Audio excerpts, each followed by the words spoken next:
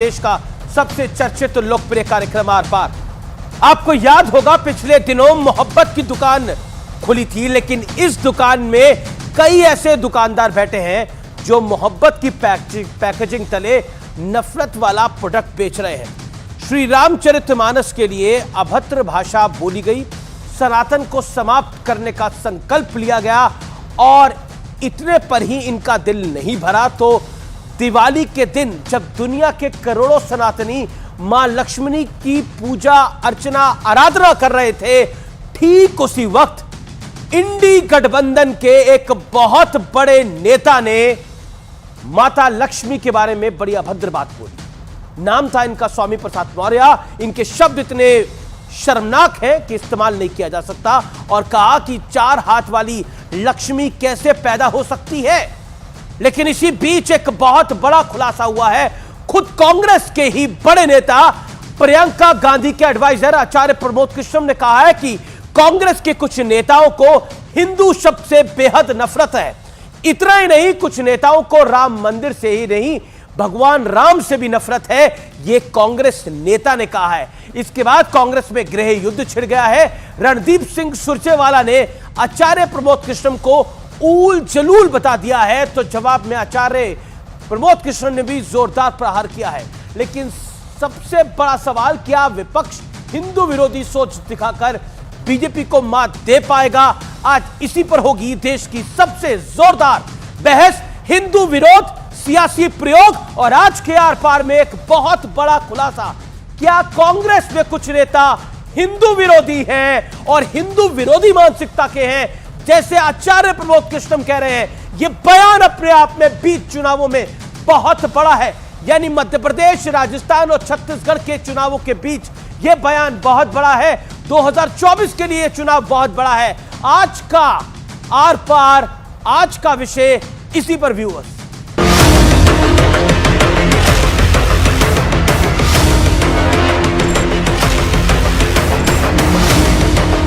कांग्रेस में कुछ ऐसे नेता हैं जिन्हें राम मंदिर से नहीं, राम से भी नफरत है। हिंदुत्व से नहीं, हिंदू शब्द से नहीं। सारी दुनिया जानती है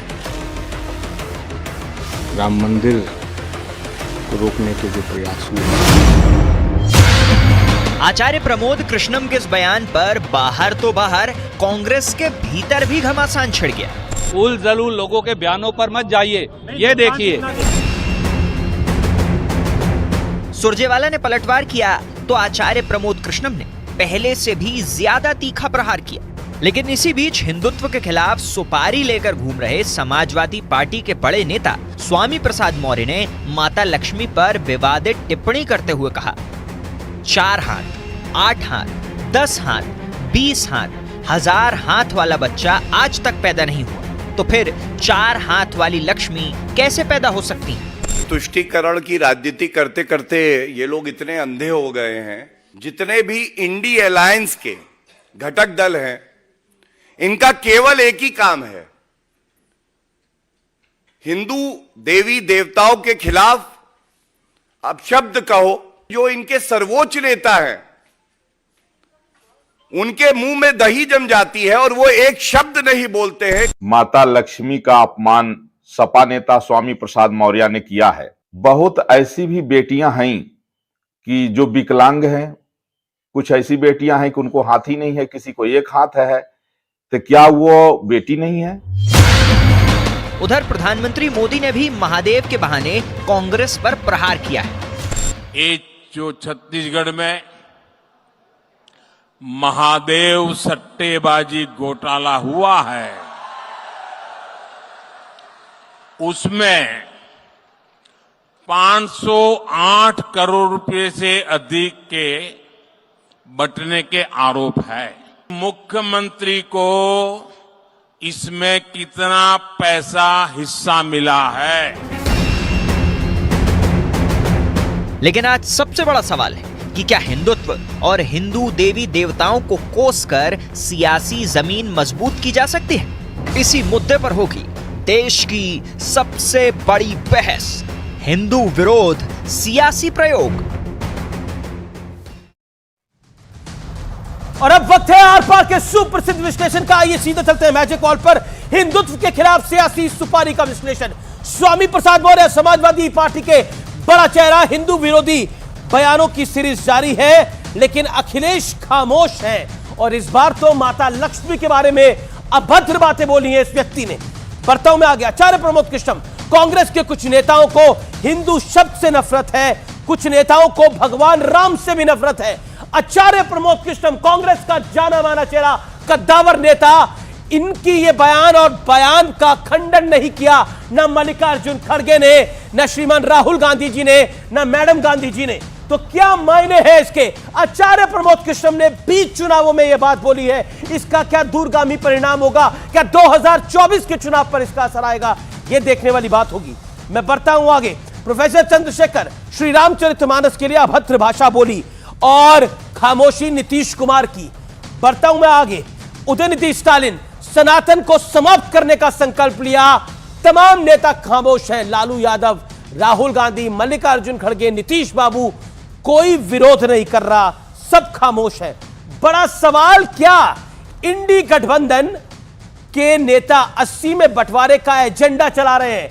क्या 80% आबादी जो कि हिंदू आबादी है उस पर बंटवारे का एक एजेंडा चला रहे हैं, जिसके नीतिगत यह काम हो रहा है और जिससे परेशान होके आचार्य प्रमोद कृष्णम ने भी अपना मुंह खोल दिया है और जिस पर बीजेपी ने भी रिएक्ट किया है, कांग्रेस ने भी रिएक्ट किया है। मेरे साथ बात करने के लिए doctor Sudhanshu Trivedi magic wall में इस समय है मेरे साथ। इस चर्चा में विवेक श्रीवास्तव है, लेफ्ट के आइडियोलॉग, मेरे साथ तारिक अहमद है, समाजवादी पार्टी के नेता दुष्यंत नागर हैं, कांग्रेस के समर्थक है, कांग्रेस के विचारक है और राजनीतिक विश्लेषक है। आपका भी अभिनंदन है सर इस चर्चा के अंदर। मैं इस चर्चा की शुरुआत करता हूं और सुधांशु त्रिवेदी मेरे साथ जुड़े हुए हैं। मेरे साथ विवेक जी हैं। विवेक जी, मैं आपका रुख करता हूं।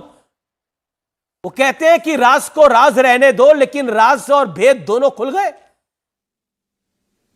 एक एक करके हिंदू विरोधी बयान और अब आचार्य प्रमोद कृष्णम ने पूरा भेद खोल दिया कि कांग्रेस में तो कई नेता राम के विरोधी हैं, सनातन धर्म के विरोधी हैं।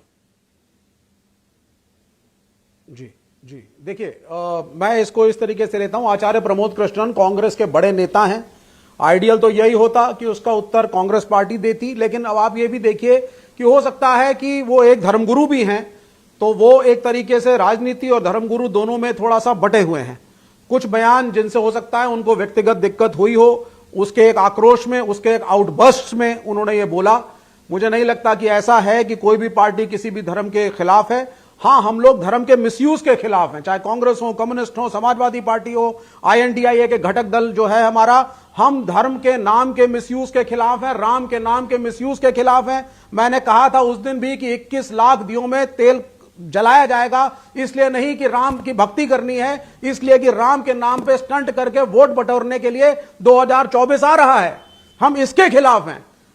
और जो जातियां हैं जिनको सैकड़ों वर्षों से दबाया गया, कुचला गया, आप जातियों की बात कर रहे हैं, यहां पर राम का विरोध हो रहा है। यहां माता लक्ष्मी के 8 हाथ के साथ माता लक्ष्मी कैसे पैदा हो गई, यह बात कही जा रही है। आप कमाल की बात कर रहे हैं। और मेरे साथ दुष्यंत नागर राजनीतिक विश्लेषक के तौर पर है, उनका भी अभिनंदन है। और मैं रुख करता हूं सुधांशु त्रिवेदी का। सुधांशु त्रिवेदी, आचार्य प्रमोद कृष्णम का यह बयान और स्वामी प्रसाद मौर्य का दिवाली के दिन जब मां लक्ष्मी का पूजन होता है, यानी कल शाम जब लोग माता लक्ष्मी की आराधना, पूजा अर्चना कर रहे थे, तब स्वामी प्रसाद मौर्य यह सवाल पूछ रहे थे, ये माता लक्ष्मी के कैसे पैदा हो गई 8 हाथों के साथ।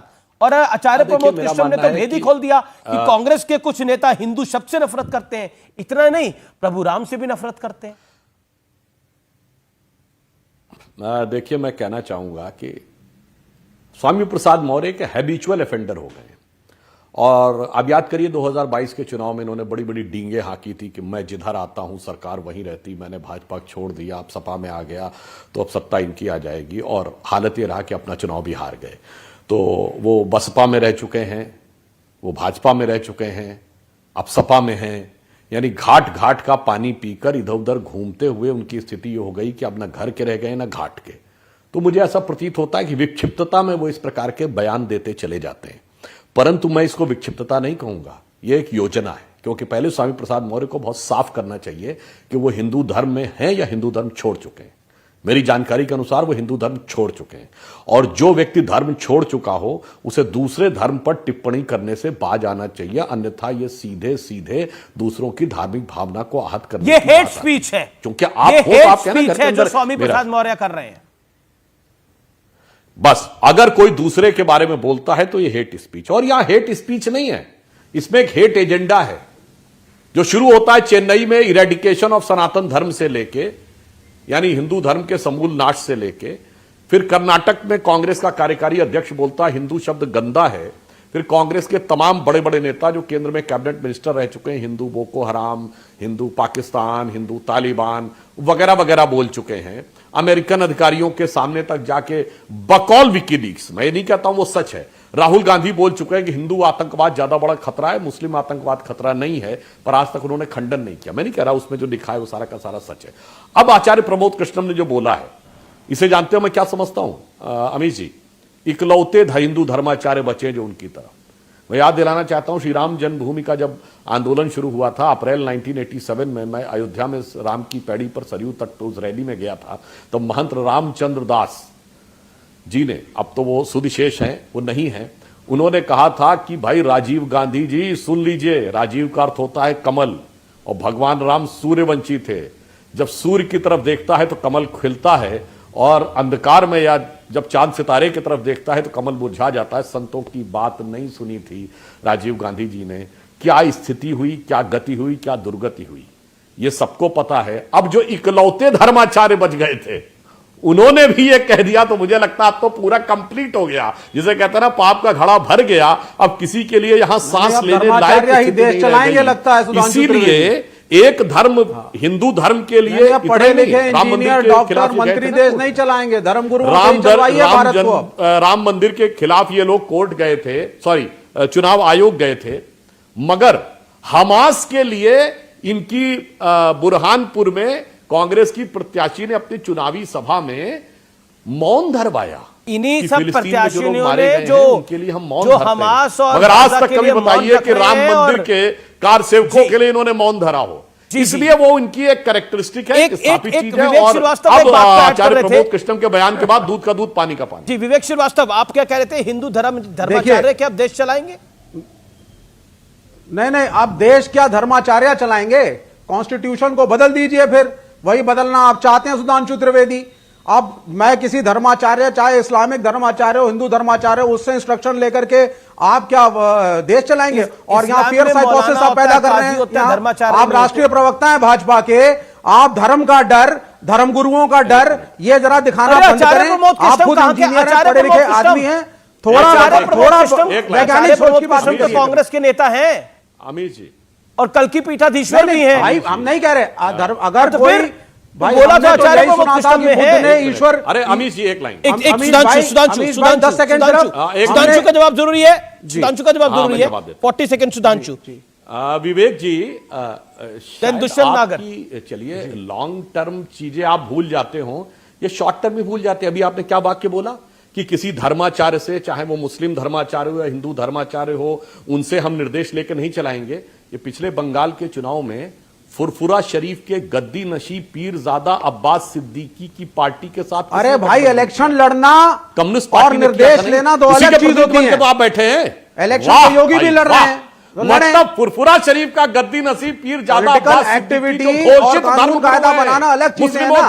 निर्देश के साथ गठबंधन करेंगे, उनकी कदमबोसी करेंगे। और आप यहाँ पे ईश्वर का डर दिखा रहे हैं, धर्माचार्य है, आप पब्लिक को कह रहे हैं साहब डरो, ये ईश्वर से डरो, और ईश्वर के प्रतिनिधि है धर्माचार्य। ईश्वर से डरना बड़ा डरे हुए लोग। अरे ईश्वर डर दिखा रहे हो लोगों को और कह रहे हो वोट नहीं दोगे तो धर्माचार्य। विवेक जी आप बीच में बोल रहे हैं, विवेक जी आप बीच में बोल रहे हैं। आते भी हैं और अपने पर रायता फैला देते हैं, वरना साफ साफ जवाब दीजिए। नहीं, पीरजादा ईश्वर का डर दिखाना बंद करें ना। बीजेपी को वोट नहीं दोगे तो ईश्वर नाराज, फिर धर्मगुरु नाराज, फिर धर्मगुरु गद्दी नशीन के साथ गठबंधन क्यों किया था? हो जाओगे, इसलिए बीजेपी को विवेक जी, विवेक जी, अरे धर्मगुरु के साथ आपने धर्मगुरु के भाई, अब भाई क्या बोल रहे हैं? फुरफुरा शरीफ के गद्दी नशीन के साथ आपने गठबंधन क्यों किया था बंगाल के चुनाव में? जी आप तो कहते धर्म। अरे भाई इलेक्शन लड़िए, लड़वाइए, बहुत बढ़िया, उसका डर तो ना दिखाएं यहाँ पे।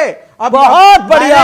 मैंने सिर्फ ये पढ़ा था, आप कह रहे हैं ईश्वर गद्दी की नशीन खोज के में साथ बुद्ध ने इलेक्शन लड़िए, सांसारिकता छोड़ दी। इलेक्शन जीतिए, नहीं। लेकिन उसके बाद ईश्वर की बहुत बढ़िया, ईश्वर की आपने खोज तो में, मतलब कुछ ईश्वर कोर्स की कसर ही नहीं खोज छोड़ी, में संत इलेक्शन महात्मा का जंगल फायदा चले ले लो, गए फिर थे। इनको सबको यहाँ तिलांजलि ईश्वर दे की दो। खोज यही में कहा ना योगी आपने, मुख्यमंत्री यही बनते बात हैं। यही बात तो आचार्य आज कह रहे हैं, नहीं, यहाँ यही ईश्वर की बात तो खोज में आचार्य योगी प्रमोद कृष्ण मुख्यमंत्री कह रहे बनते हैं कि संत वैसे तो मंत्री हिंदुओं से बनना नफरत चाहते है, वैसे तो राम से नफरत है, लेकिन इलेक्शन में हिंदू राम राम करते हैं। यानी आपको इलेक्शन में तो गद्दी नशीन चाहिए, लेकिन उसके बाद उस गद्दी नशीन की इज्जत नहीं करनी है आपको। कोई नहीं चाहिए गद्दी अरे एक नशीन। के तो होके रहिए कम से कम, एक तरफ तो रहिए आप लोग। इससे बड़ा क्या होगा जो आपने भी बोला, मिनिमम प्रोग्राम कि गद्दी नशीन के साथ चुनाव लड़ना जायज है। कॉमन मिनिमम प्रोग्राम के तहत लड़े थे। आपने बोला गद्दी नशीन के साथ चुनाव लड़ना जायज है। कॉमन मिनिमम प्रोग्राम बना था, उस पर लड़े थे। गद्दी नशीन का एजेंडा नहीं चलने देंगे हम। Now Sudhanshu's response is must, and then Dushyant Nagar's response is must on this. Okay, hold on. Sudhanshu Trivedi, गद्दे नशीन के साथ गठबंधन ठीक है, लेकिन बाद में तिलांजलि दे देंगे। चुनाव में मंदिर राम ठीक है, लेकिन बाद में नहीं पूछेंगे जवाब। एक सेकेंड, ना उनके हिसाब से जो हुआ वो हुआ, और ना उनका डर दिखाया किसी को। एक सेकेंड, अभी आपने देखिए कई बार बातों में सच्चाई निकल जाती है। सारे धर्मगुरु अलग हो। Okay viewers, a big thing had happened on Aar Paar. बहुत बड़ी बात हुई है। Sudhanshu Trivedi respond to this. अब बचा क्या है बचाने को, ढका क्या है ढकाने को? देखिए, कहानी खोल दी पूरी। देखिए बहुत, अरे भाई इनको पता नहीं, ध्यान नहीं है मान्यवर। अब आप शांत रहें तो जवाब देता हूं। आपने के मुंह से क्या निकल गया कि कॉमन मिनिमम प्रोग्राम इस्लामिक मौलाना के साथ हो सकता है? यही तो आपने बोला ना। और किसका हो सकता है? कोई भी पार्टी आएगी, कॉमन मिनिमम प्रोग्राम बनेगा, जनता के सामने जाके इस्लाम के अनुसार अगर कोई कहे कि मैं भगवान को नहीं मानता तो वो शिर्क है, वो शिर्क है भाई। और आज तक दुनिया में पहली कम्युनिस्ट पार्टी होगी जिसने धर्मगुरु के साथ ये किया। जबकि मैं एक और ईमानदारी से बात बता दूं, मैं पुनः कह रहा हूं भाई, विवेक जी को इन डिबेटों में आने से परहेज करना चाहिए। फिर भी आप आ गए हैं तो आपकी पार्टियां तो वो हैं, कम्युनिस्ट पार्टियों ने तो दुनिया के तमाम देशों में मस्जिदों को तोप लगा के उड़ाया है, बाकायदा डिस्ट्रॉय कर दिया है। किसी ने और आप उनके खिलाफ कुछ नहीं बोलते, मगर आप अपने लिए पीरजादा अब्बास सिद्दीकी की पार्टी से गठबंधन करते हैं। अच्छा पूछिए, ये सुनिए, अरे ये बताइए, आप लोग रोजा अफ्तार में जाते थे कि नहीं? तो वो अरे सुनिए, रोजा अफ्तार में जाते थे कि नहीं? ठीक है दुष्यंत नागर, अरे बताइए, रोजा अफ्तार में जाते थे कि नहीं? दिया जलने में तो बहुत दिल में दर्द है। अब आपको काफी देर हो गई अपनी बात को रखते हुए, विवेक जी। अरे दिया जलने में तो इनके दिल में आता कहीं दीप जले कहीं दिल। सुनिए, दीप जलने में तो इनके दिल में आता कहीं दीप जले कहीं दिल, पर मंजिल है क्या? जहां पे इफ्तार हो वो तेरी मंजिल। पूछिए भाई, अगर धार्मिक कार्यक्रमों से परहेज रखते थे इफ्तार कहे जाते थे भाई? कम्युनिस्ट पार्टी को लगता है कि अरे इफ्तार में मंजिलों तो की भाई बात हो रही है। अब ऑडियो डाउन करिए। ये साहब विवेक जी लगातार बोल रहे हैं। दुष्यंत नागर जी, मंजिलों की बात हो रही है, लेकिन आचार्य प्रमोद कृष्ण कह रहे हैं कि कांग्रेस के कुछ नेताओं को हिंदू शब्द से नफरत है, कुछ नेताओं को भगवान नाम से भी नफरत है, और आचार्य प्रमोद कृष्ण उल जरूल व्यक्ति हैं। नहीं, मैं आपके सारी बातों के जवाब देता, मैं ऐसे ही नहीं आया, पूरी तैयारी के साथ आया, लेकिन आपने तो मुझे एक पॉलिटिकल पार्टी के साथ संबंध कर दिया, तो मैं अब इस विषय पे कैसे बोलूं, कैसे चर्चा करूं? अब अपनी बात को रखिए। नहीं तो मैं तो एक इंडिपेंडेंट पॉलिटिकल एनालिस्ट हूं, तो इसलिए मैं अब आपकी डिबेट में आगे हिस्सा नहीं ले सकता। ये मजबूरी है मेरी, मेरे को जाना पड़ेगा। पर आप अपनी बात तो रख सकते हैं। नहीं, मैं अपनी बात अब कैसे रखूं? आपने शुरू में बोल दिया कि भाई ये कांग्रेस का समर्थक है, मैं तो हूं नहीं, मैं किसी पॉलिटिकल पार्टी से। पर आप अपनी बात तो रखिए। नहीं, मैं रखता, ऐसी बात नहीं है, मैं बताता देश को कि किस प्रकार से, माइक तो लगाइए, बात को रखिए, किस प्रकार से कांग्रेस पार्टी ने संतों का सम्मान किया है, कैसे 71 में रामानंद शास्त्री जी को बिजनौर से लोकसभा में इंदिरा जी ने पहुंचाया, कैसे ब्रह्मानंद जी को हमीरपुर से एमपी बनाया, किस प्रकार से संतों के लिए क्या नहीं किया आचार्य जी क्यों कह रहे हैं? नहीं तो अब, लेकिन अब ये होता, अब फिर किसी दिन मिलेंगे तो फिर बताएंगे। अब ऐसे नहीं होता है ना सर, कह के आप किसी चीज के लिए बुलाओ और फिर आप दूसरी पॉलिटिक्स। चलिए आपका है, लेकिन अब मैं रुक करता हूं, मेरे साथ लारी साहब हैं, उनका रख करता हूं तारिक अहमद लारी। तारिक अहमद लारी, मैं आपका रुक करता हूं। तारिक अहमद लारी, क्या आपको लगता है ये स्वामी प्रसाद मौर्य को आपने प्लानिंग के तहत पार्टी में भेज रखा है और आप उसी के हिसाब से काम कर रहे हैं? माता लक्ष्मी के कितने हाथ होते हैं, वो कैसे पैदा हुई? क्या आपको लगता नहीं है ये वाकई हेट स्पीच है?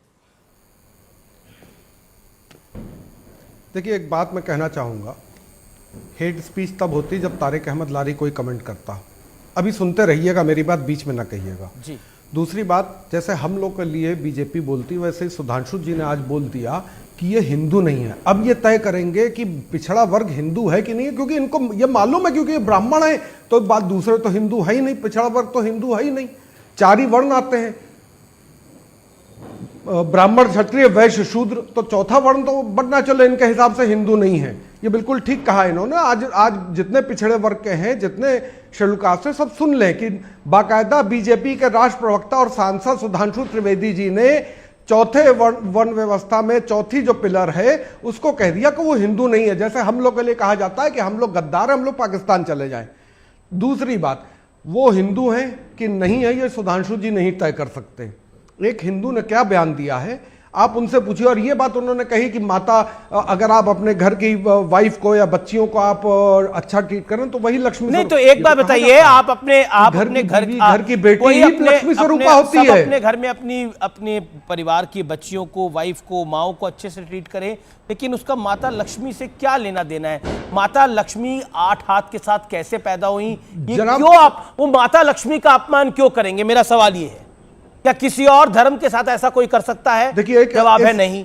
कोई करेगा तो नारे लगते हैं किस तरह के, मुझे आपको बताने की आवश्यकता नहीं है, हुआ भी है हमारे देश में। नहीं, मेरी बात तो सुन लीजिए भाई जी। आपने इनकी बात पकड़ ली, आप एक और भी तो बात पकड़िए कि आज मोदी जी ने बाकायदा महादेव ऐप को लेकर महादेव के ऊपर क्या बोला। मुझे बहुत नागवार गुजरा, मैं महादेव भक्त हूं, मैं महादेव भक्त, ये देख लीजिए आपके सामने है। श्वेतांगम श्वेत वस्त्रम श्वेत चंद्रम विभूषितम नीलकंठम चंद्राहिधरे देवाधिदेवम नमस्तुते, मैं हूं महादेव भक्त। तो इस तरह की भाषा अगर उन्होंने मोदी जी ने की है तो सुधांशु त्रिवेदी जी के हिसाब से वो भी हिंदू नहीं है, क्योंकि उन्होंने मजाक उड़ाया महादेव। ये तरीका महादेव जी का नाम लेने का, ये कोई तरीका नहीं है। आप करें तो रासलीला, हम करें तो कैरेक्टर ढीला। वेरी गुड, आपने तो वही बात कही। आपने क्यों नहीं कमेंट किया अपने नेता के ऊपर, अपने हिंदू हृदय सम्राट बादशाह वक्त महाराज धीराज मोदी जी के ऊपर क्यों नहीं आपने कमेंट किया तुरंत कि महादेव ऐप के नाम पे जो इन्होंने महादेव का मखौल उड़ाया है वो बहुत गलत किया है? क्यों नहीं इन्होंने तुरंत उसको रिएक्ट किया? क्यों नहीं इन्होंने इस्तीफा दिया? हर चीज पे ये चिल्लाते हैं कि ये कर दिया ऑपोजिशन ने, वो कर दिया। इनके नेता जो करे वो रासलीला है, लेकिन अगर जरा सा ऑपोजिशन कुछ कह दे या कुछ बोल दे तो कैरेक्टर ढीला हो जाता है। ठीक है, सुधांशु जवाब, सुधांशु जी, एक वेरी गुड, सुधांशु जवाब, वेरी गुड। सुधांशु त्रिवेदी, तारिक अहमद जी की बात का जवाब। मुझे लगता है कि लारी साहब शायद अपनी पार्टी के नेताओं के बारे में जानकारी नहीं लेके आते। स्वामी प्रसाद मौर्य अपने रिलीजन वाले खाने में हिंदू भरते हैं, वो अपने को बहुत पहले हिंदू धर्म से अलग कर चुके हैं। अब आपको नहीं याद है तो उसके लिए कोई क्या करा जा सके? जरा सा मुझे उनका सुधांशु आपके बीच में नहीं बोले। Tariq Ahmed, follow the protocol. Sudhanshu Trivedi आपके बीच में नहीं बोले। जो कह रहे हैं स्वयं जानकारी ले लिया करिए, उसके बाद बोला करिए। इसमें कोई व्यक्तिगत होने की जरूरत नहीं है। स्वामी प्रसाद मौर्य हिंदू धर्म बहुत पहले छोड़ चुके हैं, इवन जब वो बसपा में थे उसी जमाने में छोड़ चुके हैं। यदि आपकी जानकारी पुख्ता नहीं है तो आपको व्यक्तिगत आक्षेप करने से बचना चाहिए। और जहां तक आपने ये बात कही, इसमें हंसने की कोई आवश्यकता नहीं है। ये बात खुद आपने अपनी स्थिति हास्यास्पद बना ली है कह के। और रही बात इसकी कि कौन किसी को पाकिस्तान जाने के लिए कहता है, ये तो नहीं कहता, मगर इस देश में पाकिस्तान जिंदाबाद के नारे लगते थे। हाँ, अब लगने बंद हो गए हैं, मगर जब पाकिस्तान जिंदाबाद के नारे लगते थे तो कभी आपकी पार्टी वालों के मुंह से आज तक एक स्टेटमेंट दिखा दीजिएगा कि पाकिस्तान जिंदाबाद के नारे वालों के खिलाफ कुछ बोला हो। तो इसलिए वो स्थिति बहुत स्पष्ट है। इसलिए मैंने बात कही, स्वामी प्रसाद मौर्य से व्यक्तिगत कोई बात नहीं है, वो तो एक मोहरा मात्र है, एक लार्जर डिजाइन का, जिसमें देशी और विदेशी बहुत सारी शक्तियां शामिल हैं। शायद स्वामी प्रसाद मौर्य को खुद भी ना पता हो कि मैं अनजाने में या जाने में, ये तो वो जाने कि इस चीजों का मोहरा बन रहा हूं। अगर जॉर्ज सोरोस जैसे लोग बैठ के कहते हैं कि वो $1 बिलियन खर्च करने के लिए तैयार हैं भारत के अंदर, मैं पूछता हूं स्वामी प्रसाद मौर्य ने के लिए मोदी जी की सरकार को। तारिक अहमद, आपने बोला मैं महादेव का भक्त हूं। ये देखिए, मैंने रुद्राक्ष को धारण कर रखा है। रुद्राक्ष आपने धारण कर रखा है, बहुत अच्छी बात है, आप महादेव के भक्त हैं, अच्छी बात है। लेकिन आपकी पार्टी के नेता माता लक्ष्मी का अपमान क्यों करेंगे? मैं ये जानना चाहता हूं। नहीं, मैं एक बात और कह दूं अमीश, एक बात। सारी बातें एक सेकंड सुधांशु, मैं आपको 30 सेकंड दे रहा हूं, 30 सेकंड में आ रहा हूं। सम्राट के ऊपर इन्होंने कोई कमेंट नहीं किया। पहली बात, मैं आ रहा हूं, उसी पॉइंट पे आ रहा हूं, मैं उसी पॉइंट पे सर आ रहा हूं कि इन्होंने अपने हिंदू हृदय सम्राट के पॉइंट पे कोई कमेंट नहीं किया, जो इन्होंने महादेव का नाम ऐसे लेकर उनके मखौल उड़ाया, जो नहीं करना चाहिए था। महादेव की नगरी में महादेव के में इन्होंने जाके इस तरह से मखौल उड़ाया, बहुत गलत बात है, नहीं करना चाहिए था। दूसरी बात, आप मौर्य जी के लिए कह रहे हैं, इन्होंने कहा कि स्वामी प्रसाद मौर्य ने हिंदू धर्म त्याग दिया जब वो बीएसपी में थे। मैंने तो अभी तक नहीं सुना, ये मुझे नई बात बता रहे हैं। मौर्य जी ने हिंदू धर्म त्याग दिया, लेकिन उनकी बिटिया जो इनके सांसद है वो अभी तक हिंदू है। राहुल गांधी हिंदू नहीं है, जो एक ही दादी से है, नस्ल चली आ रही है, लेकिन वरुण गांधी हिंदू है जो एक ही नस्ल से चले आ रहे हैं। ये लॉजिक मुझे नहीं समझ में आता, ये लॉजिक लाते कहां से है सुधांशु जी? आप लोग को लॉजिक भी लाना चाहिए तो प्रॉपर लॉजिक लाइए। माता लक्ष्मी की पैदाइश, माता लक्ष्मी की पैदाइश के बारे में बोलना क्या लॉजिक बात है? एक सेकंड, तारिक अहमद, आप इधर उधर की बात मत करिए। माता लक्ष्मी की पैदाइश के बारे में बोलना क्या लॉजिक है? फिर वरुण गांधी पे आ जाते हैं। वरुण गांधी कहां से आए, क्यों आए? पॉइंट पे आ रहा हूं सर, इनका भी तो जवाब देना जरूरी है। आप क्या चाहते हैं मैं इनकी बातों का जवाब ना दूं? मेरी बात का तो जवाब देंगे ना। मैं आपसे तीसरी बार सवाल पूछ चुका हूं, चौथी बार अब आपसे पूछ रहा हूं, माता लक्ष्मी की पैदाइश पूछने का अधिकार किसने दिया? स्वामी प्रसाद मौर्य। मेरी बातों का समाजवादी पार्टी के नेता को किसने दिया अधिकार? कर रहे हैं सर, मेरी बात तो सुन लीजिए। जी सर, बात सुन लीजिए। मेरी बातों का जवाब वो नहीं दे पा रहे, लेकिन सवाल आप दूसरा नया कर दे रहे, तो अब मैं उस पर जवाब देता हूं। देखिए, जो उन्होंने कहा है स्वामी प्रसाद मौर्य जी ने, बकौल सुधांशु जी के, वो हिंदू नहीं है। तो मुझे पहले सुधांशु जी दिखाएं कि वो हिंदू नहीं है। मैं जानता हूं कि वो हिंदू हैं। एक हिंदू ने अपने धर्म पे क्या टिप्पणी की, मैं एज अ मुस्लिम अपने धर्म पे क्या टिप्पणी करूंगा, ये मेरा एक निजी मामला है। नहीं, आपका निजी मामला है कि उन्होंने क्या टिप्पणी की। नहीं, तारिक अहमद लारी ने कोई टिप्पणी की हो तो कहिए। नहीं, तारिक अहमद लारी ने अखिलेश यादव जी ने कोई टिप्पणी की हो तो कहिए। डिंपल यादव जी ने विचारधारा को फॉलो करते हैं। नहीं, परसों तक तो आप कह रहे थे मुलायम सिंह यादव जी से मेरे निजी संबंध रहे हैं, हमारे पिताजी के संबंध रहे हैं। अच्छी बात है, मेरा पॉइंट यही है, आप जिस पार्टी और जिस विचारधारा को बिलोंग करते हैं, उसका नेता दीपावली की रात जब माता लक्ष्मी की पूजा होती है, उनके बारे में इतनी अभद्र बात कहता है। क्या कार्रवाई करेगी समाजवादी पार्टी? स्वामी प्रसाद मौर्य को बाहर करेगी या नहीं करेगी, या लास्ट टाइम की तरह प्रमोशन मिल जाएगा? बताइए, किसी की अगर निजी बात पे हम लोग कार्रवाई करने लग जाए और हर पार्टी कार्रवाई करने लग जाए, तो सुधांशु जी को सबसे पहले तो प्रधानमंत्री को पद से हटा देना पड़ेगा। ओके, सुधांशु, सबसे पहले तो सुधांशु जी को प्रधानमंत्री को पद से हटाना पड़ जाएगा निजी टिप्पणी करने के लिए महादेव के ऊपर। यार, कोई आचार्य प्रमोद कृष्णम समाजवादी पार्टी से भी क्या बाहर आएगा और बताएगा कहानी क्या है? सर, इंडी गवर्नमेंट नहीं है, इंडी अलायंस नाम की कोई चीज नहीं है। पहली बात है, इंडिया नाम की कोई अलायंस नहीं है। इस अलायंस के बारे में तय किया जाएगा आफ्टर इलेक्शन। जो इन्होंने कांग्रेस ने हम लोग के साथ धोखा किया है, और जो ये भागे दुष्यंत भाई इसीलिए भागे हैं। ठीक है, इसीलिए भागे हैं दुष्यंत भाई। There is no India alliance right now.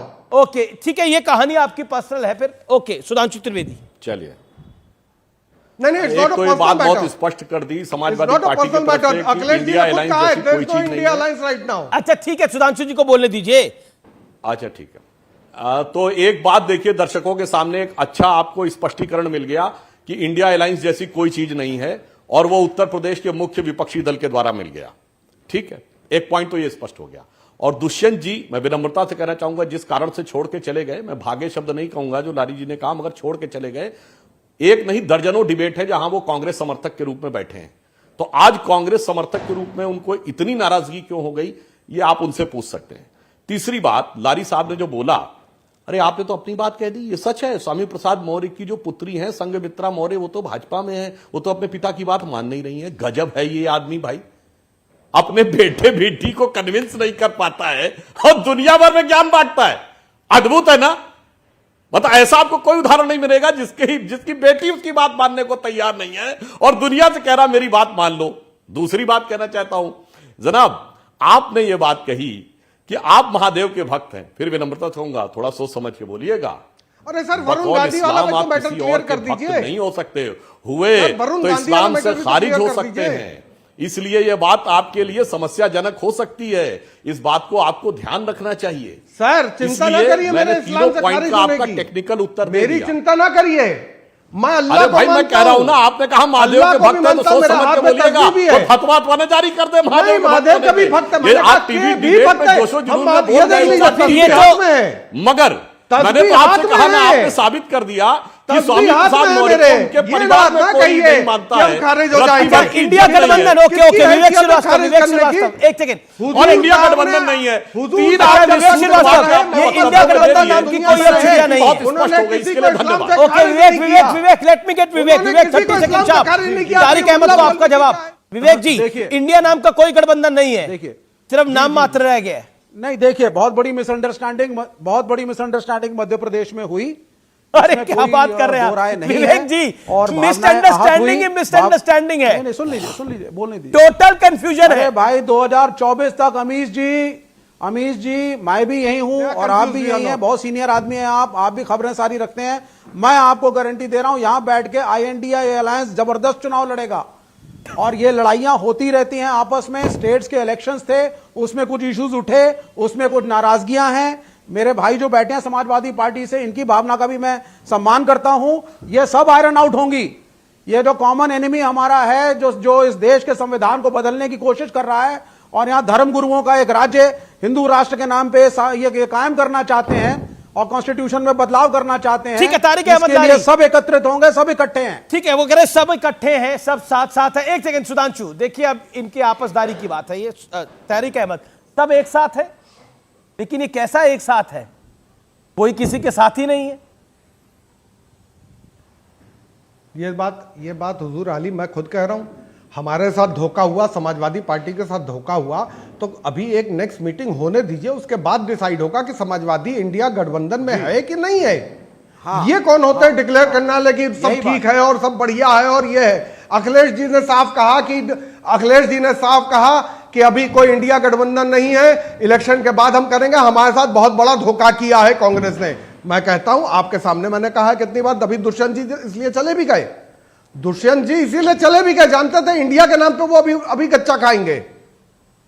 अभी कच्चा खाएंगे, इसीलिए वो चले गए। वो होशियार आदमी थे, क्योंकि हर जगह मुझसे सुन चुके हैं वो ये बात, और उस बात का जवाब नहीं दे पाते हैं।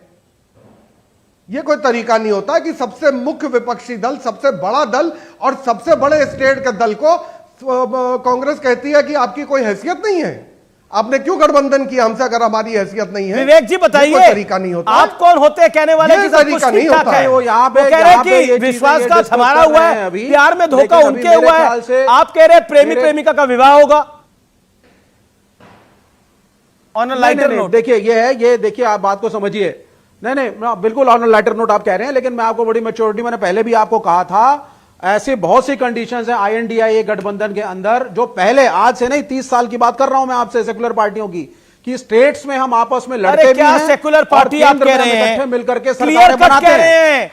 आचार्य प्रमोद कृष्णम की कांग्रेस में नहीं, हिंदू अब विरोधी केरल में बड़े पड़े देखिए, हैं। मैं ब्रेक के लिए रुक रहा हूं, लेकिन मैं- मोटरोला फोन से मैं ट्वीट देख रहा हूं राजेश का, सनातन का विरोध विपक्ष के पतन का कारण बनेगा। मोटरोला फोन से मैं ट्वीट देख रहा हूं, रुकता हूं ब्रेक के लिए, लेकिन ब्रेक के बाद एक बड़ी खबर पे आऊंगा। आप देखते रहिए न्यूज़ 18 इंडिया पर। Aar Paar breaking story break के बाद हाजिर हो रही है, बहुत बड़ी।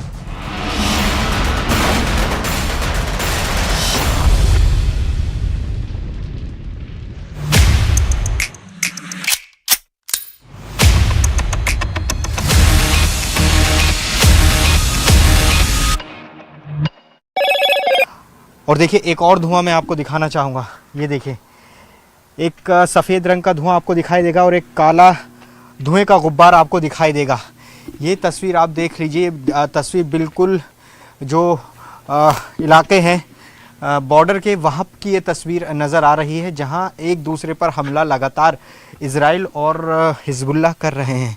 मैं आपको तस्वीर दिखा रहा हूँ, न्यूज़ 18 इंडिया सबसे एक्सक्लूसिव तस्वीर ग्राउंड ज़ीरो से लगातार दिखा रहा है, जो जंग का मैदान दक्षिणी लेबनान बना हुआ है।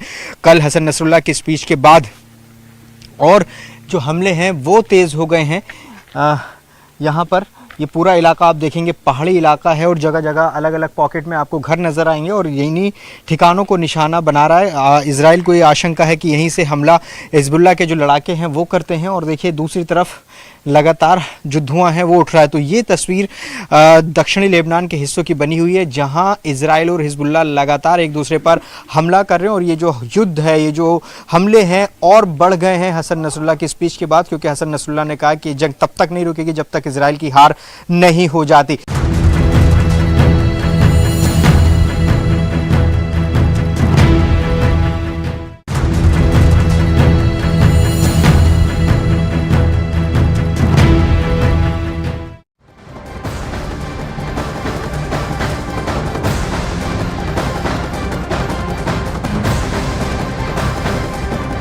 गाजा में ग्राउंड ऑपरेशन को लेकर आईडीएफ यानी इजराइल डिफेंस फोर्स को जिस बात का डर था, अब वो होने जा रहा है। दरअसल गाजा के गलियों में घुस चुकी आईडीएफ के जवानों और टैंकों को हमास के लड़ाके रॉकेट लॉन्चर से लगातार निशाना बनाते चले जा रहे हैं। पिछले 24 घंटे की स्थिति के बारे में हम आपको बताएंगे। पिछले 24 घंटे में हमास ने आईडीएफ की 25 से ज्यादा गाड़ियों को तबाह करने का दावा किया है। और साथ ही साथ दूसरी तरफ नेतन्याहू ने साफ कह दिया है कि हमास के खात्मे के बाद गाजा पर इजराइल का कब्जा हो जाएगा और अनिश्चित काल तक ये कब्जा रहेगा। और तब इजराइल एक नया गाजा बनाएगा जिस पर उसका पूरा कंट्रोल होने जा रहा है।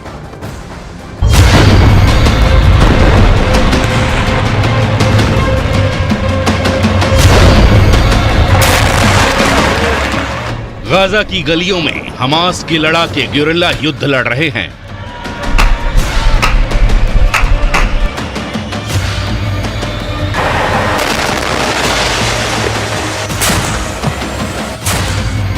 हमास के इलाके में घुसकर उसके लड़ाकों का शिकार कर रही है आईडीएफ।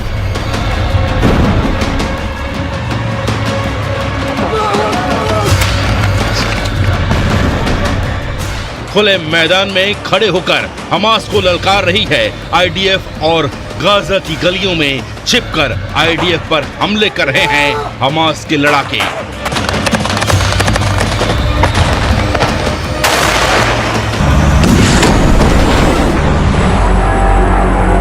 गाजा की वीरान हो चुकी गलियों में अब सिर्फ हमास बचा है, जिसे खत्म करने पहुंच चुकी है इजराइल डिफेंस फोर्स। उत्तरी गाजा से घुसी सेना अब पूरे गाजा शहर को अपने कब्जे में ले चुकी है। पूरे गाजा शहर को आईडीएफ घेर चुकी है, जिसका मतलब है कि अब गाजा शहर में मौजूद हमास के लड़ाकों के भागने के सारे रास्ते बंद हो चुके हैं। अब उनके सामने आईडीएफ से लड़ने के अलावा कोई रास्ता नहीं बचा है। लेकिन हमास के कायर लड़ाकों में न इतनी हिम्मत है और न ही इतनी ताकत कि वो आईडीएफ के सामने आकर उसे युद्ध के लिए ललकार सके।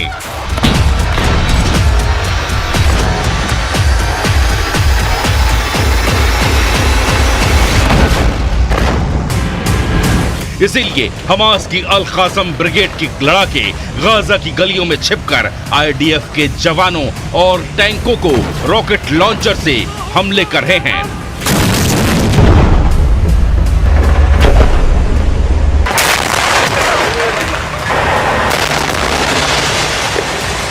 गाजा में घुसकर हमास का सफाया करना इजराइल के लिए बेहद चुनौतीपूर्ण और जोखिम भरा है।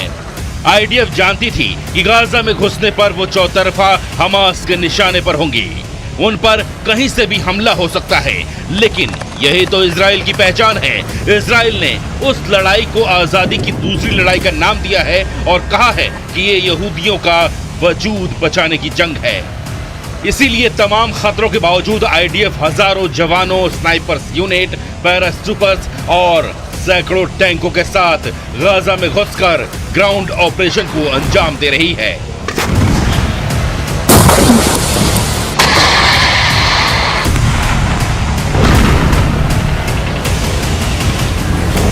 शनिवार को आईडीएफ पर हमले का ये वीडियो जारी करते हुए हमास ने दावा किया है कि उन्होंने अब तक इजराइल के 160 सैन्य वाहनों को पूरी तरह से तबाह कर दिया है। इनमें से इजराइल के 25 से ज्यादा सैन्य वाहनों को पिछले 48 घंटों में तबाह करने का दावा किया गया है।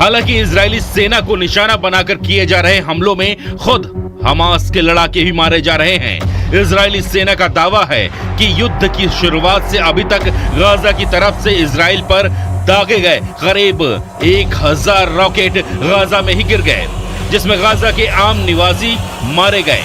उधर इजराइल के पीएम बेंयामिन नेतन्याहू ने एक बार फिर अपना प्रण दोहराते हुए कहा कि गाजा से हमास का नामो निशान मिटा देने तक इजराइल की सेना चैन की सांस नहीं लेगी।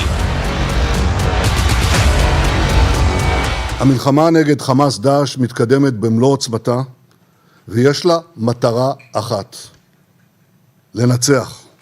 כוחות צה"ל השלימו את כיתור העיר עזה, הם פועלים בלב העיר, הם בפאתי בית החולים שיפה, הם חיסלו אלפי מחבלים, כולל מפקדים בכירים ורבי מרצחים שהיו בין אלה שהובילו את הטבח הנורא הזה एक महीने की बमबारी में इजराइल ने गाजा को जिस पाषाण युग में पहुंचा दिया है, वहां से दोबारा सब कुछ सामान्य कर पाना अकेले गाजा वासियों के बस की बात नहीं है। इसीलिए इजराइल ने तय कर लिया है कि वो पहले गाजा की ईंट से ईंट बजाएगा और हमास का हर निशान मिटा देने के बाद नया गाजा बनाएगा। ऐसा गाजा जिसका कंट्रोल हमेशा के लिए इजराइल के हाथों में रहेगा और गाजा की धरती से फिर कभी एक भी रॉकेट इजराइल की धरती पर नहीं गिरेगा।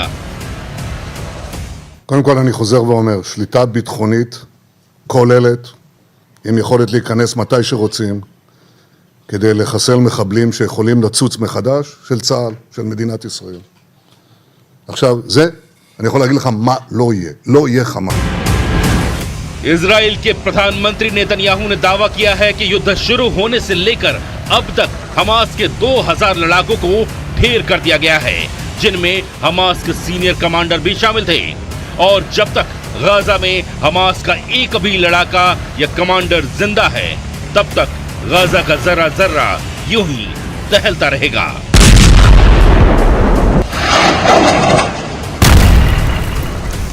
और वहीं लेबनान में मौजूद हिजबुल्ला आतंकियों को इजराइल की जंग और वहां पर तेज हो गई है और रविवार को हिजबुल्ला ने उत्तरी इजराइल में रॉकेट और एंटी टैंक मिसाइल से हमले किए। और उसके बाद क्या था? उसके बाद इजराइल ने भी हिजबुल्ला के ठिकानों को हवाई हमले से तबाह कर दिया। न्यूज 18 इंडिया की टीम ग्राउंड पर मौजूद है और इजराइल के साथ साथ लेबनान से भी एक्सक्लूसिव तस्वीरें आप तक पहुंचा रही है। लेबनान में मौजूद हमारी टीम इजराइल की बमबारी को अपने कैमरे में कैद करने में कामयाब हो पाई है। आप भी देखिए जरा बर्बादी की तस्वीर।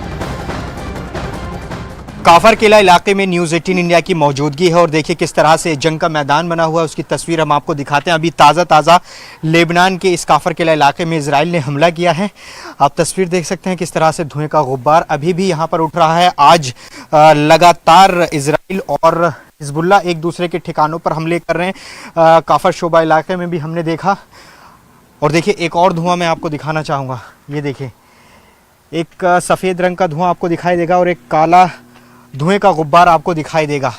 ये तस्वीर आप देख लीजिए, तस्वीर बिल्कुल जो इलाके हैं बॉर्डर के वहाँ की ये तस्वीर नज़र आ रही है, जहाँ एक दूसरे पर हमला लगातार इजराइल और हिजबुल्ला कर रहे हैं। मैं आपको तस्वीर दिखा रहा हूँ, न्यूज़ 18 इंडिया सबसे एक्सक्लूसिव तस्वीर ग्राउंड ज़ीरो से लगातार दिखा रहा है, जो जंग का मैदान दक्षिणी लेबनान बना हुआ है। कल हसन नसरुल्लाह की स्पीच के बाद और जो हमले हैं वो तेज़ हो गए हैं। यहाँ पर ये पूरा इलाका आप देखेंगे पहाड़ी इलाका है और जगह जगह अलग अलग पॉकेट में आपको घर नज़र आएंगे और यहीं ठिकानों को निशाना बना रहा है। इजराइल को ये आशंका है कि यहीं से हमला हिजबुल्ला के जो लड़ाके हैं वो करते हैं। और देखिए दूसरी तरफ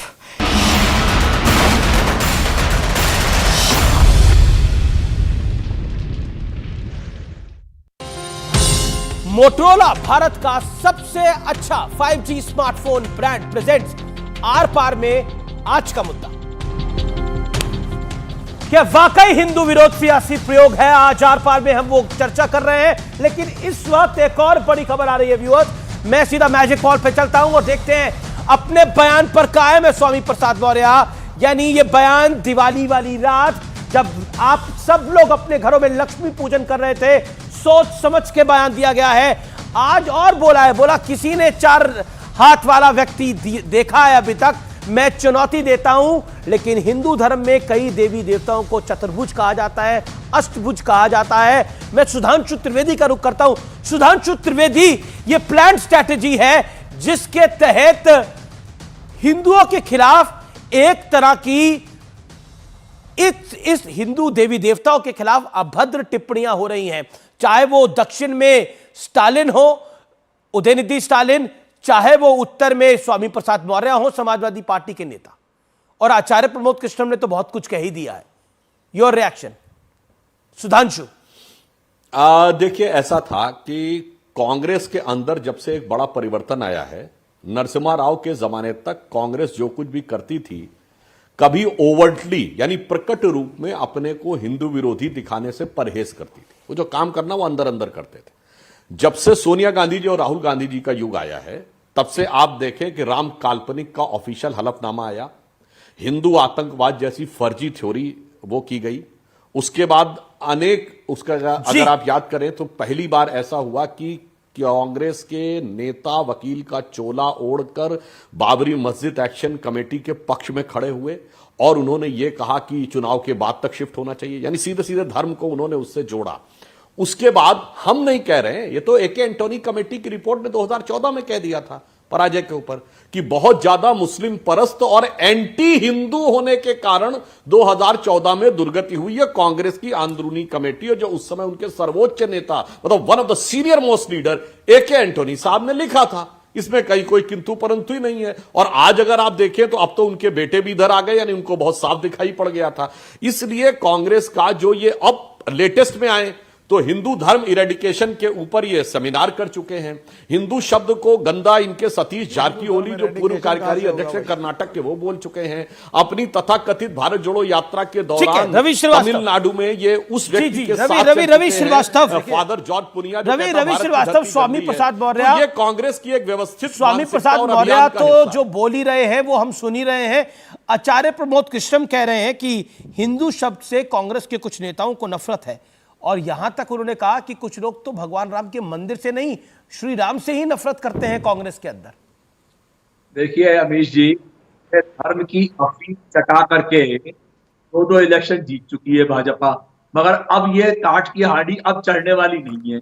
स्वामी प्रसाद मौर्य को अपनी पत्नी में या अपनी बेटी में या अपनी माता में देवी नजर आती है तो दिखे देवी नहीं तो दिखे देवी अपनी माँ में। एक सेकंड, नहीं रवि जी सुनिए, अपनी माँ में देवी दिखे, अपनी बेटी में देवी दिखे, अपने घर के हर व्यक्ति में उसको देवी देवताएं दिखे, लेकिन हमारे देवी देवताओं का अपमान क्यों कर रहा है स्वामी प्रसाद मौर्य? हु इज ही?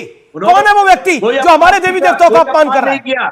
अरे इनके बीजेपी के जो जितेंद्र प्रसाद जो मिनिस्टर फॉर साइंस हैं, उन्होंने भी पार्लियामेंट में यही कहा है कि जो ये राम सेतु की बात आज तक करते आ रहे हैं, जो एक सरकार का बयान था, कांग्रेस का जाति बयान नहीं था वो, उसके ऊपर जो ये कहते आ रहे हैं कि वो इमेजिनरी है, तो ये भी कह चुके हैं। अच्छा, कोई दूसरी बात, अच्छा ठीक है, आप कह रहे बीजेपी धर्म को अफीम बना रही है, लेकिन ये आचार्य प्रमोद कृष्णम कांग्रेस पार्टी के वरिष्ठ नेता है, लोकसभा का चुनाव लड़ चुके हैं, प्रियंका गांधी के एडवाइजर हैं, वो क्यों कह रहे हैं कि कांग्रेस में कुछ लोग राम से नफरत करते हैं, कुछ लोग हिंदू धर्म से नफरत करते हैं? रवि जी सवाल का जवाब दीजिए। वो उनका व्यक्तिगत बयान हो सकता है, कोई भी ऐसा नहीं है। आप जानते हैं कांग्रेस भी उतनी हिंदुओं के साथ है जितने ये अपने आप को समझते हैं। ये अपने आप को, अरे ये थोड़ी बोल रहे हैं, ये कोई हिंदुओं के ठेकेदार है क्या? ये क्या कस्टोडियन है हिंदुओं के क्या? कांग्रेस भी हिंदू है भाई। वहां पे राहुल गांधी भी केदारनाथ जाते हैं, राहुल गांधी भी सोमनाथ जाते हैं, राहुल गांधी भी मां काली के मंदिर में कामाख्या देवी में जाते हैं। तो क्या उसमें ये कौन से ठेकेदार हो गए? तो आचार्य जी कह रहे हैं ना, रवि जी आप पहले लंबी सांस लीजिए। रवि जी पहले आप लंबी सांस लीजिए, आपने नाम गलत सुन लिया। बीजेपी के किसी नेता ने नहीं बोला ये, रवि जी मैं बड़ी इत्मीनान से बोल रहा हूं, ये आचार्य प्रमोद कृष्णम ने बोला है। आचार्य प्रमोद कृष्णम भी तो हिंदू है, या आचार्य प्रमोद कृष्णम क्या मुसलमान है? स्वामी प्रसाद मौर्य क्या मुसलमान है क्या? तो वो भी तो हिंदू है। तो आचार्य प्रमोद कृष्णम क्यों कह रहे हैं कि कांग्रेस में कई नेताओं को हिंदू शब्द से नफरत है, कुछ नेताओं को भगवान राम से भी नफरत है? अपने धर्म के बारे में उनकी जो राय है वो उन्होंने धर्म के बारे में नहीं, कांग्रेस के बारे में राय है सर। धर्म के बारे में राय नहीं है, कांग्रेस के बारे में राय है। कांग्रेस के बारे में एक व्यक्ति की राय से कांग्रेस की राय नहीं बन जाती है। कोई भी बयान दे सकता है। ये पॉइंट वैलिड है, ये पॉइंट वैलिड है। एक व्यक्ति की राय कांग्रेस की राय नहीं हो सकती। That point is little valid still. Okay, Sudhanshu ji. देखिए, पहले बात मैं कहना चाहूंगा, इन बातों से अलग हटकर जब हमारी डिबेट खत्म हुई, एक कितनी गंभीर बात थी। लारी साहब ने जो एक बात कही, मैं लारी साहब की बात का समर्थन करता हूं। इस तथाकथित विपक्षी गठबंधन में सबसे बड़ी पार्टी अगर कोई है जनसंख्या के प्रतिनिधित्व के हिसाब से तो समाजवादी पार्टी है, जो कह रही है कि इंडी गठबंधन नाम की चीज नहीं है। और उसके पक्ष में कौन बोल रहे हैं? विवेक श्रीवास्तव जी, जिनकी पार्टी का एक को एमपी नहीं है। मतलब मजे की बात यह, जिसके पास घर में नहीं है दाने, अम्मा चली भुनाने, वो आ गए ज्ञान देने के लिए। और यहां पर मैं एक और बात कहूंगा, दोनों के बीच में क्या सामंजस्य है? अरे मान्यवर, शांति शांति शांति, अपने अपने टर्न पे बोलिए, दर्शकों के साथ न्याय होता, वरना एक दूसरे पे बोलते हैं तो ढंग से आवाज नहीं जाती। अब सुनिए, अरे भाई तो सुनिए, अरे भाई भौजाई की बात करिए, पहले सुनिए भाइयों ने क्या बोला। अब मैं जवाब देना चाहता हूं। रवि श्रीवास्तव जी और विवेक जी दोनों सुन लीजिए। पहले अपमान किसने शुरू किया? कमलनाथ का पहले बयान आया, अखिलेश वखिलेश। उसके बाद कांग्रेस के नेताओं ने सपा के लिए कहा मध्य प्रदेश में चिरकुट पार्टी। उसके बाद अखिलेश जी ने कहा चालू पार्टी। अमित जी जानते क्या हुआ? ये लोग सी फैक्टर में फंस गए। सी फैक्टर क्या है? दोनों क्रिमिनलाइजेशन, कास्टिज्म और करप्शन, इन तीनों पर दोनों पार्टियों में होड़ है। अब दो और सी फैक्टर आ गए, चालू एंड चिरकुट। अब मुझे डर है एक और बहुत बड़ा सी फैक्टर होता, कहीं वो शब्द ना बोलना शुरू कर दे एक दूसरे के ऊपर, उसकी कमी मुझे नजर आ रही है। तो अब मुझे लगता है कि उसमें कम से कम कम्युनिस्ट पार्टी की तो कोई हैसियत नहीं बनती कि वो समझा सके। यदि ईमानदारी से कांग्रेस इनका साथ लेना चाहती थी तो कांग्रेस को अखिलेश वखिलेश वाले बयान पे, किसी भी नेता, हमारा घनघोर विरोध है, हम सपा को खतरनाक पार्टी मानते हैं, मगर इस ढंग का बयान जैसे स्वामी प्रसाद मौर्य देते हैं वो निंदनीय है। इनको भी नहीं देना चाहिए था, और अगर दिया था तो उसको विड्रॉ कर लेना चाहिए। ठीक है, विवेक श्रीवास्तव वो कह रहे हैं आपकी हैसियत ही नहीं है, आपका चक्कर में पड़े समाजवादी पार्टी, आप लोगों की कोई बात नहीं, ठीक है, इनको हैसियत पता चल जाएगी। जी हाँ, इनको नहीं मालूम है, अभी इनको नहीं मालूम है कि हरकिशन सिंह सुरजीत कौन थे और क्यों उन्हें चाणक्य ऑफ मॉडर्न पॉलिटिक्स कहा जाता था। इनको यह भी नहीं मालूम है कि जो अच्छी अच्छी किताबें विचार वैज्ञानिक सोच की इन्होंने पढ़ी है स्कूल में, वो सब वामपंथियों द्वारा ही डिजाइंड थी। तो वामपंथ क्या है अभी इनको समझने में काफी टाइम लगेगा। दूसरी बात मैं कहना चाहूंगा कि भाई जो रवि जी ने बोला, ठीक है, अगर कोई हिंदू धर्म का व्यक्ति कोई भी प्रश्न उठाता है तो क्या आपकी आस्था इतनी कमजोर है कि आपका पूरा फेथ स्ट्रक्चर हिल जाता है?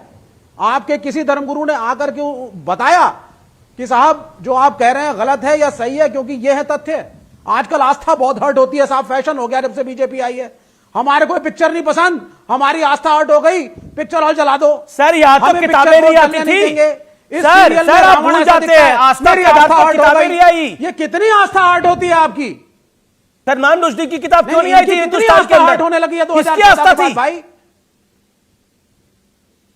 नहीं कितना आस्था है इनका जो एक तरफ की आस्था आपको दिखाई नहीं देती, एक धर्म की आस्था आपको दिखाई नहीं देती, उसमें आंखें बंद कर लो। आस्था हर किसी की महत्वपूर्ण है, मैं इस मंच से कहना चाहता हूं, सबकी आस्था महत्वपूर्ण है। अगर कोई माता लक्ष्मी का अपमान करेगा तो मैं इसी लिहाजे में बोलूंगा। अगर कोई पैगंबर साहब के बारे में गलत बोलूंगा तो मैं इसी लिहाजे में बोलूंगा। कोई गुरु नानक देव के बारे में गलत बोलेगा तो मैं इसी लिहाजे में बोलूंगा। कोई जीसस क्राइस्ट के बारे में गलत बोलेगा तो मैं इसी लिहाजे में बोलूंगा। लेकिन इस देश की 100 करोड़ आबादी माता लक्ष्मी की पूजा करती है, लेकिन उसी रात को अगर अपमान होगा तो यह देश सवाल पूछेगा। यह देश सवाल पूछना चाहिए देश को। अगर यह देश सवाल नहीं पूछता तो गलत करता है। फिर कमाल की बात कर रहे हैं आप।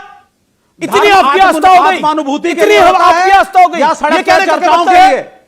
नहीं, धर्म जो होता है सर नहीं होगा लोगों के लिए, धर्म अफीम अनुभूति के लिए होता है या एक दूसरे लेकिन भारत के अंदर धर्म ही कर्म है के लिए। ओके, सुधांशु त्रिवेदी, आस्था इतनी कमजोर हो गई स्वामी प्रसाद मौर्य पे। देखिए विवेक श्रीवास्तव जी को सोच समझ के बोलना हर चीज में और जो प्रतिनिधि गॉट योर टर्न जी। अरे भाई सुनिए विवेक जी, आप बोल चुके हैं, अभी साइंटिफिक पे भी जवाब देता हूं मेरे भाई, शांति से सुन लीजिए।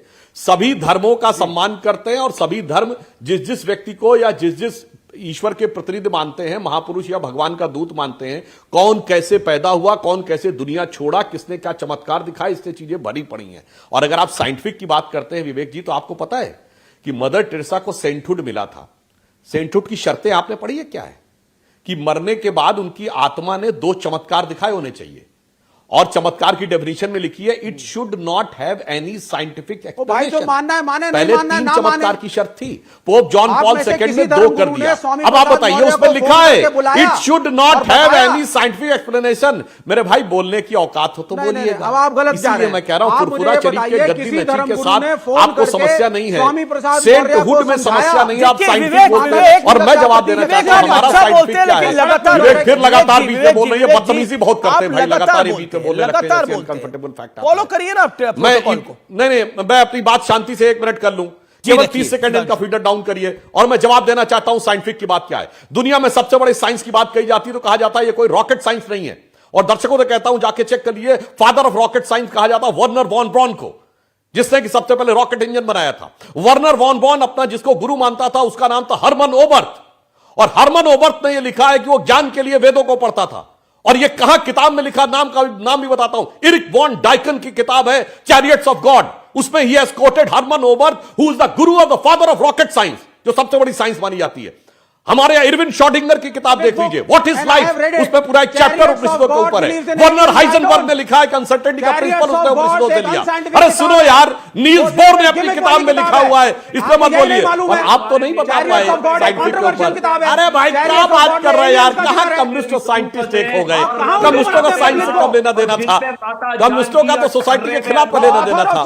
तो बता दीजिए ना, जो मैंने बोला बताइए, किसी दूसरे में किसी धर्म ग्रंथ को किसी वैज्ञानिक ने कोट किया हो, और वो भी उस वैज्ञानिक ने जो मुझे को ना मानने वाला हो। और मैंने जो 4 नाम बताए, जवाब दीजिए। माफी चाहता हूं आपके साथ तारिक अहमद, आपके पास नहीं आऊंगा, लेकिन आर पार में अब बात सत्य और तथ्य की होगी। देखिए आस्था आस्था है, और अब बात पोल्यूशन की करनी पड़ेगी। और दिल्ली एनसीआर की हवा सांसों के लिए मुसीबत बनी हुई है। आजकल घर से बाहर निकलने का मतलब बिन बुलाई बीमारियों को दावत देने जैसा है। प्रदूषण पर कंट्रोल करना किसी एक व्यक्ति, व्यवस्था या सरकार शासन की जिम्मेदारी नहीं है। ये समस्या सबने मिलकर फैलाई है, और इसका समाधान भी कलेक्टिव एफर्ट्स के साथ ही देखना होगा। लेकिन यह देखकर काफी तकलीफ होती है, प्रदूषण जैसे मुद्दे पर भी पॉलिटिक्स होने लगती है, लोगों का दम घुट रहा है, और जिन्हें पॉलिसी बनानी है वो तू मैं में बिजी है। अब तो पूरी दुनिया जानती है कि अक्टूबर के महीने से दिल्ली में हर साल गैस चैम्बर जैसे हालात हो जाते हैं, और हर साल ये भी तय है कि पहले दशहरा और फिर दीपावली इसके लिए जिम्मेदार ठहराए जाते हैं। खाना पूर्ति के लिए की जाती है, इस बार भी यही हो रहा है। दिवाली बीतते ही पूरी सेकुलर ब्रिगेड निकल गई और बोलने लगी दीपावली जिम्मेदार है, जैसे उससे पहले मौसम बहुत साफ था। दिल्ली के पर्यावरण मंत्री गोपाल राय ने टीवी के कैमरे पर आए और कहा, और साफ कहा कि दिवाली के पटाखों ने हालात को बिगाड़ दिया। उससे पहले क्या हालात थे? इसके बाद गोपाल राय ने यूपी हरियाणा की सरकार पर भी गंभीर आरोप लगाए, पंजाब पे चुप हो गए। हरियाणा और यूपी से पटाखे दिल्ली पहुंचाए गए, यह कहा पुलिस ने जानबूझकर सख्ती नहीं बरती, इसलिए प्रदूषण हो गया। अब वार होगा तो पलटवार भी होगा, तो लाजमी है। BJP member of parliament Manoj Tiwari ने कहा कि आम आदमी पार्टी को हिंदुओं के त्योहारों से नफरत है। खैर, सियासत तो चलती रहेगी, लेकिन इस मुद्दे की सेंसिटिविटी को समझना जरूरी है। पहली बात तो यह है कि दिवाली से पहले भी दिल्ली में प्रदूषण खतरनाक स्तर पर बना हुआ था, तो केवल पटाखों का दोष नहीं है।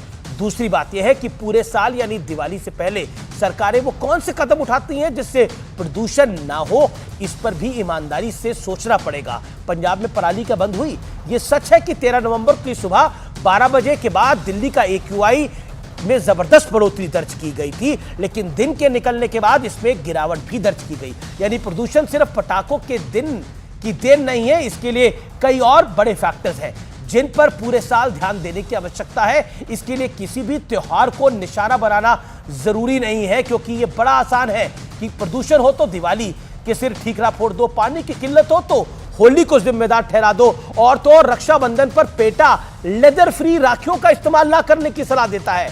अब आप ही सोचिए कि आपने कब लेदर वाली राखी पहनी थी या बांधी थी। प्रदूषण रहित वातावरण हम सबका अधिकार है, वातावरण को स्वच्छ रखना भी हम सबकी जिम्मेदारी है और इसके लिए नीतियां बनाना सरकारों का काम है। लेकिन शॉर्टकट के चक्कर में हिंदू त्योहारों पर सवाल उठाना बंद होना चाहिए, क्योंकि बकरी ईद की बात होती है तो सेकुलरिज्म की दुहाइयां दी जाने लगती है, लेकिन हम भूल जाते हैं कि ऐसी ही भावनाएं दीपावली मनाने वालों की भी तो हैं। इसलिए say no to crackers, say no to water in Holi बोलने की बजाय कहिए we will find a way and we will work together, ताकि अगली दिवाली प्रदूषण से आजादी वाली हो। इसलिए त्योहारों पर सबका हक है, दिवाली सिर्फ जिम्मेदार नहीं है। जो लोग ऐसा कहते हैं उनको मुंह तोड़ जवाब देना आपकी जिम्मेदारी है। नमस्कार, फिलहाल आर पार में